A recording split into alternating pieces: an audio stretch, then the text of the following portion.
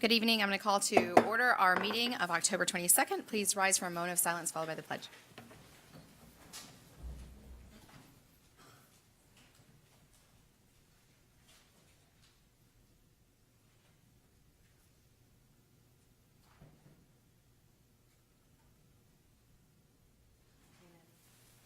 Pledge allegiance to the flag of the United States of America and to the republic for which it stands, one nation, under God, indivisible, with liberty and justice for all.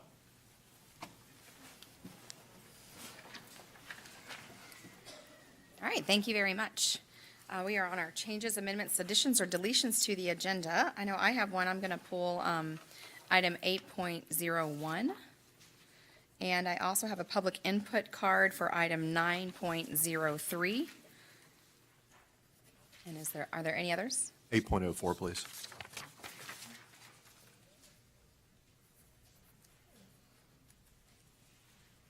Is that all? Okay. All right, we are on approval of the minutes. All right, I recommend approval of the minutes from the regular school board meeting, October 8th, 2018. All right, you've heard So them. moved. Second. All those in favor? Aye. Thank you very much. All right, we are on our district spotlight. Read around at Rhymes. Here we go. I think a number of us had an opportunity to go out and do some reading at Rhymes, and so they are featured here tonight. And I want to thank Principal Greg Dudley, who is here this evening, and as we showcase the great things happening at Rhymes Learning Center.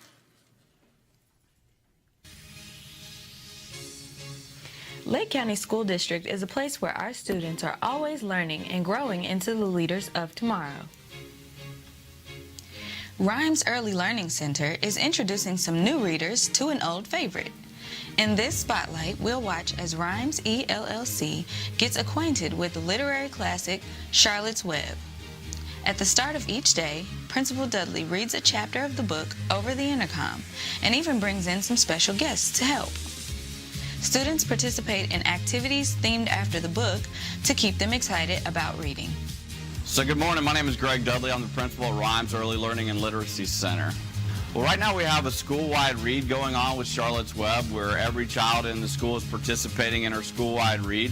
And we've got a book in the hands of all of our students in first grade and second grade, and then our kindergarten and preschool students are tracking along and following along with the story. I think this is a great activity for a variety of reasons. First of all, there's obvious academic benefits to doing it. Your children get exposed to literacy and reading, and they get good reading practices modeled for them. And the second benefit is more in terms of building a culture at the school. What we have going on here is everybody participating in the same reading project. And so that gives everybody a common thing to have a conversation about. Any student at the school can have a conversation about Charlotte's Web with any other student or any adult. And so it just builds a common culture and a common cultural experience. Well, one of the things that I really enjoy about this is that we're having celebrity guests, so to speak, come in and read for us each day. We have a guest visitor come in. We've had Chief of Police for Leesburg, the Fire Chief for Leesburg, the Mayor of Leesburg, City Councilman for Leesburg, Superintendent of Schools, all of our school board members. And so we get to model for students that reading is important to everybody, and reading is important across a wide variety of walks of life. Hi, I'm Dan Roebuck, and I'm the mayor of Leesburg, Florida. Yeah, so Charlotte's Web, it's a book I certainly remember as a child, probably mostly because my sister's name is Charlotte. We read that book a lot and have fond memories of it, and what a great story it is. I was just so impressed that the school is focusing on reading and getting the community involved. It's such an important thing for children to learn at a young age, and that's the importance and really instill in them a love of reading, because will set them up for a lifetime of success. It's so important. We want to be involved in the community, be involved in the schools, let people know that we're accessible, that we care about our community, and just really kind of put a face on and let them know all the great things that are happening in Leesburg, all the great things that are happening in our schools, and just really be very visible. Lake County Schools is the destination district for providing students with individual opportunities to excel. Stay tuned for the next District Spotlight, where we will continue shining a light on what makes Lake great.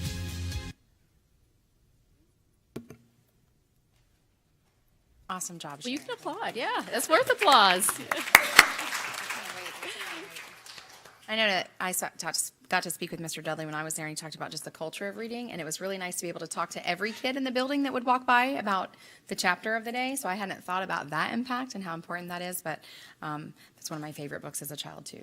So thank you for doing One of that. the main things I noticed when I got on campus was the music. Yeah. It was very uplifting. It was very, if you came there asleep, you would not be very long. The speaker because was it's- really loud too. I was very impressed by that. So, great job. Yeah, it's excellent.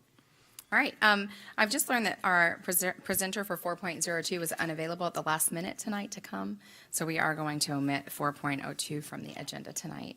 So that brings us to public input, and we will start with Mr. Tibbetts. Dr. Tibbetts. You need to write doctor on there, because I always say Mr. Good evening, Madam Chairman, and board members. I just wanted to follow up on your prioritizing of legislative priorities. As you're all gathered together and planning to go to talk to a whole bunch of people who represent, for the most part, every other county except for Lake County, and you're going to be begging them for money. And I contend that if you need money, you need to start talking to the people in Lake County. You need to follow up on my email to all of you, talking about the millions of dollars available to the school board simply for the asking, what will you pay to have your name on high school X, on athletic field Y, on classroom B, on seat X, on bricks on a sidewalk, a locker in a locker room. There's free money out there just for the asking, and it'll come from people who are going to be willing to give it to you. Or you can keep beating your heads against the wall and talking to those legislators and taking great pride in, oh, we've moved up from 67th to 63rd. Maybe if we work hard, we'll get to 62nd. Or start getting your heads out of the sand and don't be afraid to ask for people in Lake County to give you the money that you talk about, that it's so important that you know you aren't going to get this from the state, no matter how much you ask for it. They make new requirements, strengthen your schools, then they don't give you the money to do it. They up the requirements and don't give you more money to pay teachers wages that are keeping them working for us. Folks, you've got a lot of money at your disposal, but you need to sit down at a workshop and figure out how you're going to ask for it. Put together a committee that's going to determine what it's going to cost to have names put on certain things, and then have somebody holding out their hand saying, thank you very much. Thank you. Thank you, Dr. Tibbetts. Ms. Cronin, I'm going to save yours for when we pulled 9.03. Great. All right, that brings us to our report, and I believe Ms. Turner is joining us this evening. I have nothing. I have nothing. All right, perfect. So we are on our consent agenda. All right, I would recommend approval of items 8.02 and 8.03, 8.05 to 9.02, 9.04 to 10.09. You've heard the recommendation? Second. Any discussion? All those in favor? Aye. Thank you very much. I only pulled 8.01 because I have to abstain from voting. UCF is my employer, so I'm going to abstain from that vote. So Superintendent, I know you have a recommendation. I do recommend approval of item 8.01, the HSCA agreement. This is an amendment to the original agreement. So moved. Second. All those in favor? Aye. Any opposed? Thank you. Okay, that takes us to 8.04, Mr. Mathias. 8.04, I just had an opportunity to talk to Mr. Ward and the superintendent and did not get to them earlier, so I apologize for that. But looking at the update, which is critically important to us because it governs our presentation to the county commission when we ask for fully funding, that the 67,370, which is a 3-year, we do it every 3 years, but when we did it before, it was only $40,000. So I find it to be a little excessive. I would go 50,000, thinking about it's been 3 years since we did it. But 67,000, if not, I think we ought to do a request for proposal. Seems sensible. Yes, we're going to pull the item for no action. He did speak to Mr. Ward right before the meeting, and he's going to look into that, make some phone calls, and then we'll bring back a recommendation. But they originally tagged on to the one that was done before with another organization. So there are more than just those folks, but since they have the information, I don't know. It just seems excessive, Scott, sorry. Yeah, that makes sense. Thank you, Mr. Mathias. All right, I'm sorry. That takes us to 9.03. So, Ms. Cronin, we would love to hear from you.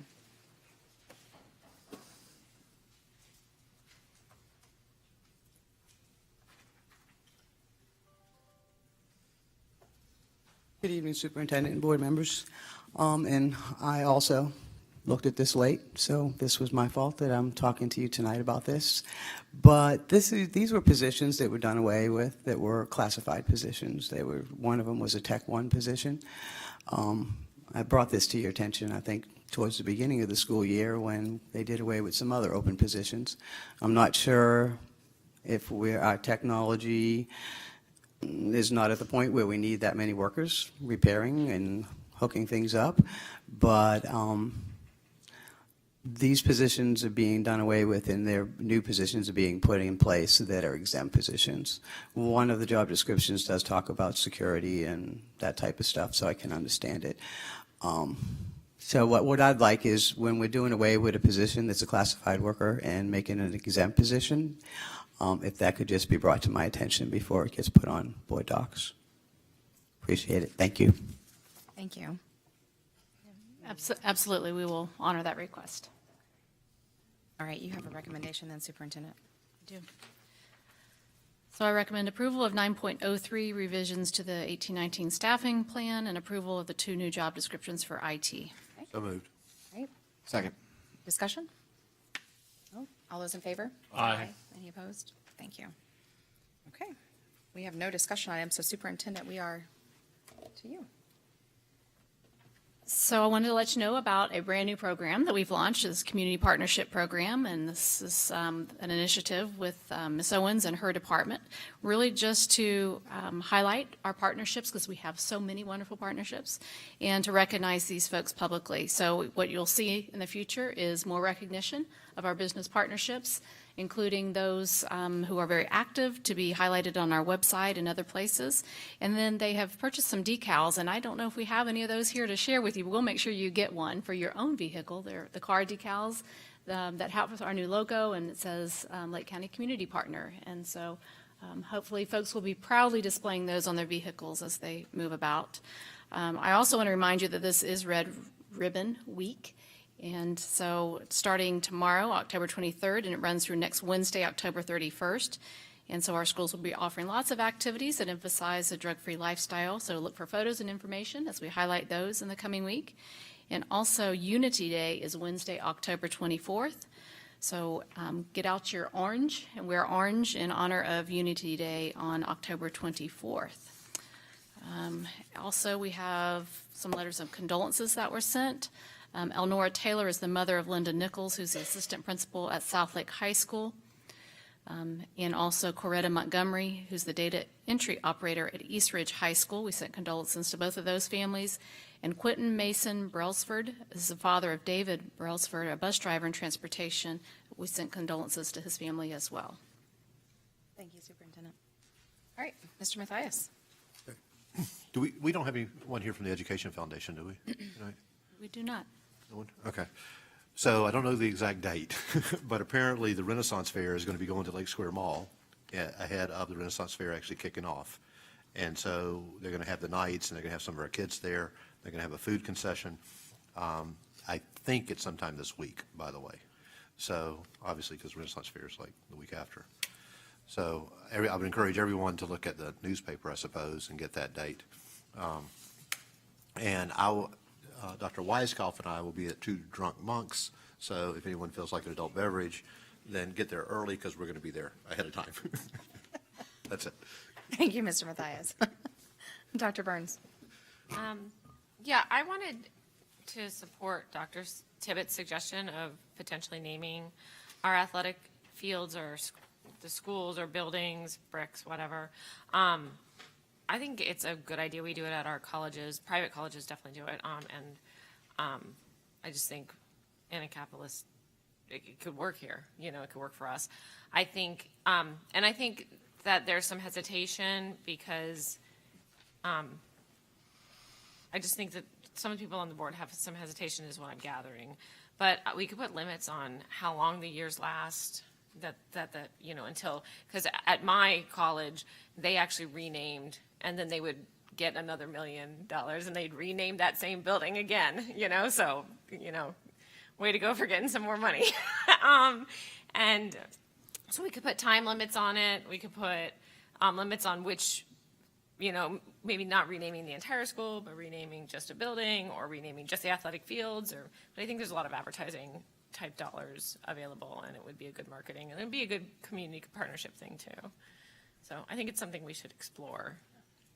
I don't know if we do that with a committee or if we do it at a workshop. I was thinking, and I don't know if this is the right road to head down, but I literally wrote down, ask Tom Mock about it. Look, he's like, okay, I'm going to look back down. But we're talking about his, coming up at one of our workshops in November, we're going to talk about what his risk assessment looked like and what are some of the audits. And I know that anytime we go down one of these paths, it's nice to hear from what are other districts doing, what does it look like, private institutions, public institutions. So it might be a good place to start. And we can discuss that when we get to November 5th.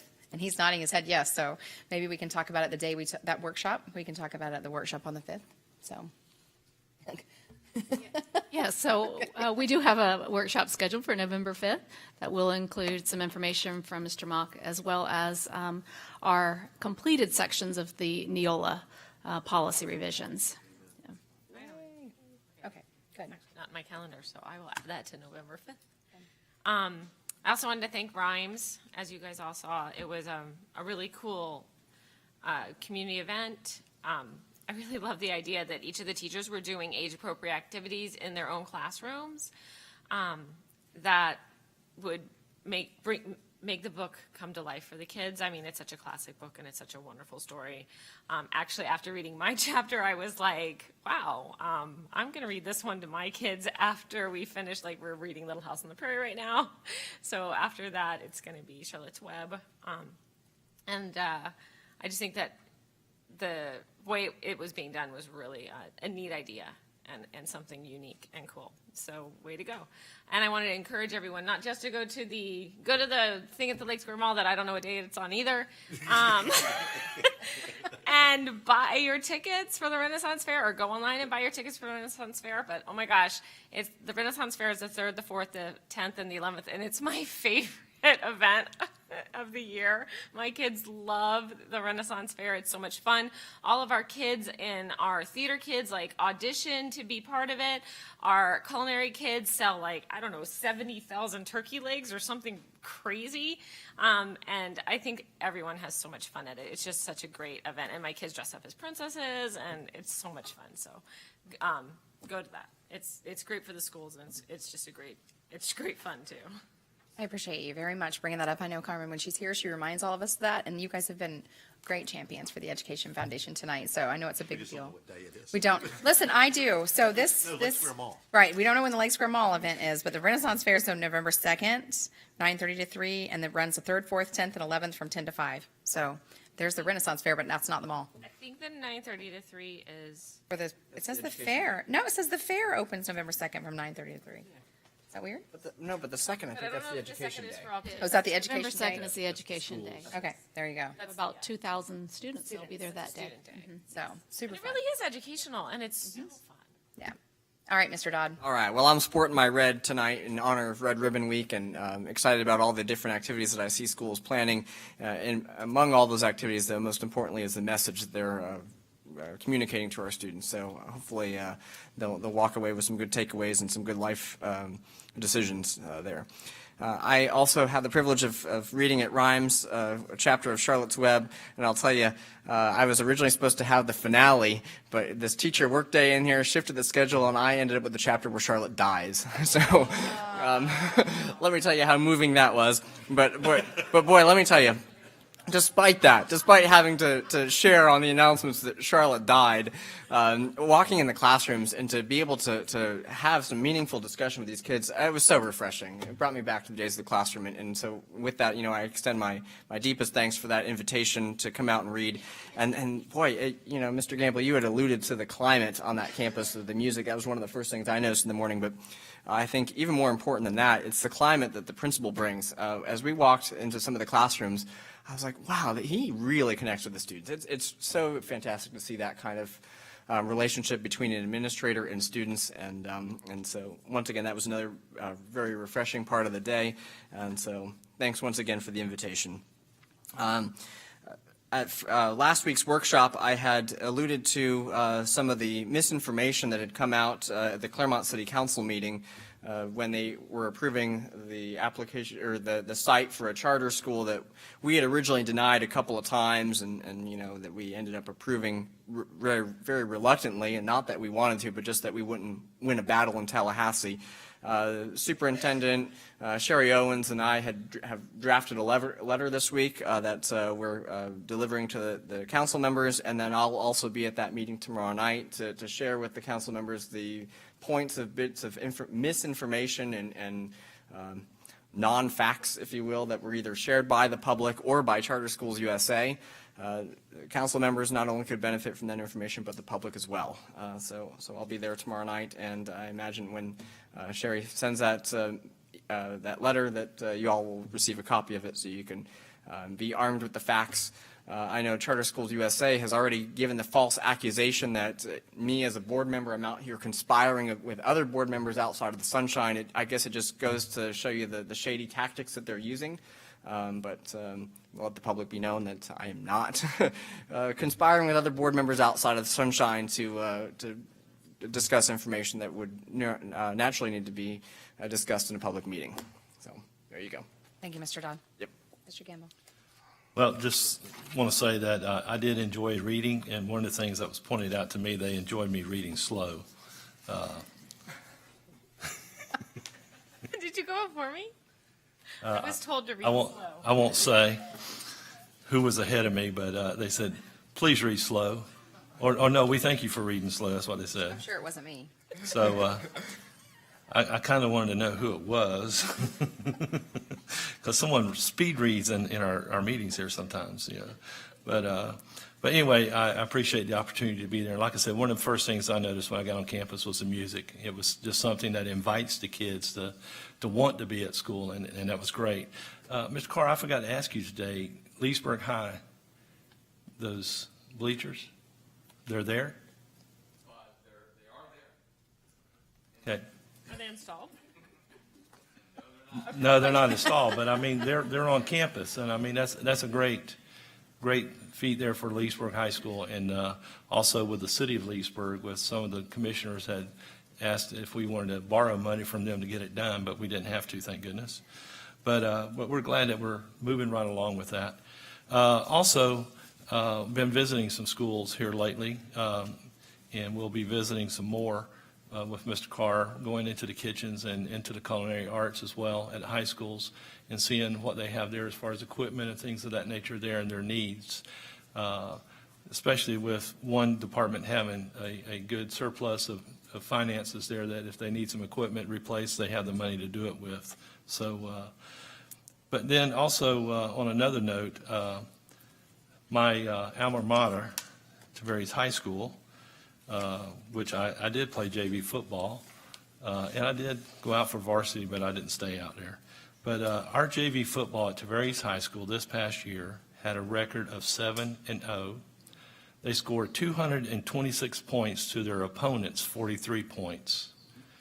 Since their last loss, they're actually 10-0. And I just want to give a shout out to Jordan Talmadge, the head coach of the JV, and DeCarlo Fernandez, the assistant coach. A great job, well done.